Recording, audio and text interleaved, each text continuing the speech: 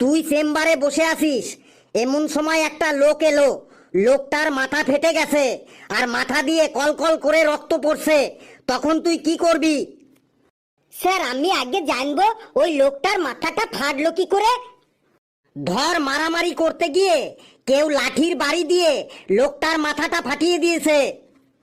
আমি তখন সাথে সাথেই ওই লোকটার হাতে আরেকটা লাঠি ধরিয়ে দিয়ে বলবো, যান আপনার মাথা যে ফাটিয়েছে এই লাঠি দিয়ে আপনিও তার মাথাটা ফাটিয়ে দিয়ে আসুন।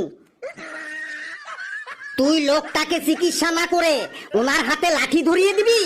এই তুই বেরো এখান থেকে।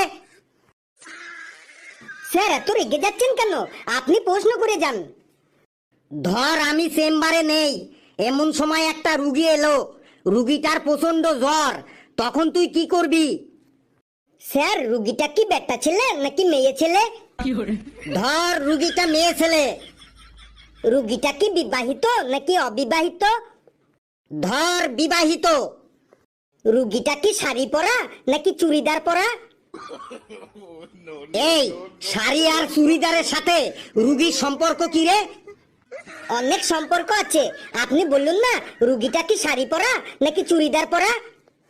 ধর, রুগীটা শাড়ি পরাই। রুগীটা কি কালো নাকি ফর্সা? আবার কালো ফর্সার কি হলো?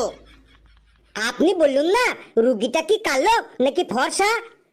ধর, ফর্সাই। এবার বলুন রুগীটা কি বেটে নাকি লম্বা?